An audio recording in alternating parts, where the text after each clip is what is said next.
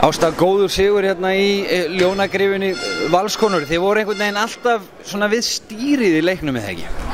Jú, við erum svolítið búin að vera hérna í undanförnum leikjum, ekki alveg ná að tengja sókn og vörn. Og mér fannst það svolítið að gera það í dag, ná að finna bara taktin í dag og við spilum alltaf hörku vörn.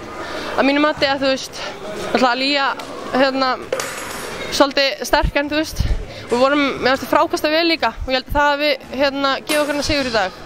Njarðvíkingar jöfnuðu nokkrum sinnum og komust yfir, en það var ekki lengi og það virtist ekkert stressa neitt í svona Valshópinn. Nei, við tölum það fyrir leik að þú veist, 10 stig undir 10 stig yfir, þau erum bara alltaf að halda áfram og mér fannst við gera það vel í dag. Þessi sigur, hann kom ekki að kostnaðarlausu í kvöld. Elín Sóley fer út af í fyrsta leikluta, vitið eitthvað svona stöðun á henni? Sko, ég er ekki viss, ég veit ekki alveg, hún fór inn í klefa í hálfleik og hérna, við vonum bara að hún hérna sé ekki alvarlegt. En ég var bara eftir að heyra henni núna þegar ég kemur í klefa.